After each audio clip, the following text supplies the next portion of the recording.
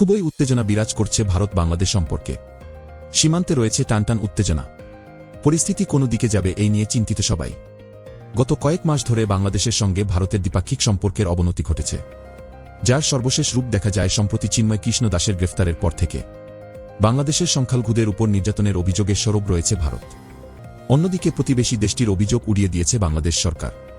একসময়ের বন্ধু ভাবাপন্ন প্রতিবেশী দেশ ভারত, অথচ সেই সম্পর্কে এখন ভাটা পড়েছে। কয়েক মাস ধরে বাড়তে থাকা উত্তেজনা এখন প্রকাশ্যে এসেছে। অন্যদিকে সীমান্তে যেকোনো ধরনের অনাকাঙ্ক্ষিত পরিস্থিতি রোধে প্রস্তুত আছে বিজিবি। শুধু বিজিবি নয়, এবার পশ্চিমবঙ্গের উত্তরবঙ্গ এলাকার ৮ জেলার বাংলাদেশি সীমান্তে নিরাপত্তা ব্যবস্থা জোরদার করেছে ভারত। বিএসএফ বলছে, উত্তরবঙ্গের ৮ জেলার বাংলাদেশ সীমান্তে নিরাপত্তা জোরদার করার লক্ষ্যে কাঁটাতারবিহীন সীমান্ত এলাকায় কাঁটাতার লাগানোর উদ্যোগ নেওয়া হয়েছে। যতই দিন যাচ্ছে ততই দুই দেশের পরিস্থিতিতে আরও উত্তেজনা বাড়ছে। কয়েকদিন আগে ভারতের আগরতলায় বাংলাদেশের হাইকমিশনার অফিসে উগ্র হিন্দুত্ববাদীরা তাণ্ডব চালিয়েছে।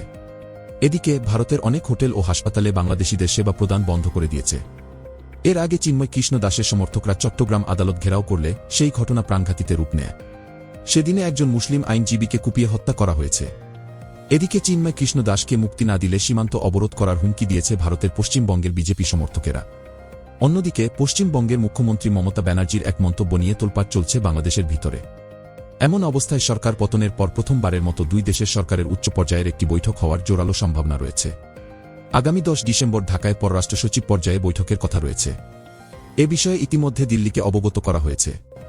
সরকার ও সরকারের বাহিরের কূটনৈতিক বিশেষজ্ঞরা মনে করছে, সংখ্যালঘু ইস্যু সহ খুব স্পর্শকাতর বিভিন্ন বিষয় চলে আসায় এখন অস্বাভাবিক অবস্থার ভেতর দিয়ে যাচ্ছে দুই দেশের সম্পর্ক।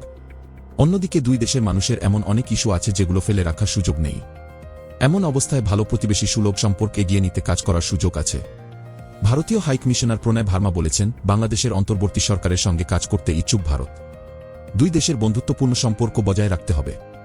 বাংলাদেশের পররাষ্ট্র উপদেষ্টা তৌহিদ হোসেন বলেছেন, বাংলাদেশ ভারত সম্পর্কে আন্তরিকতা বাড়াতে যতটুকু এবং যা যা করার তা আমরা করব। এর আগে পররাষ্ট্র মন্ত্রণালয় ভারতীয় হাই কমিশনারকে তলব করলে বিকেলে তিনি মন্ত্রণালয়ে আসেন। এছাড়া আগরতলায় বাংলাদেশি সহকারী হাইকমিশনে হামলার প্রতিবাদে ভারপ্রাপ্ত উপরাষ্ট্র সচিব এম রিয়াজ হামিদুল্লাহর দপ্তরে তাকে তলব করা হয়।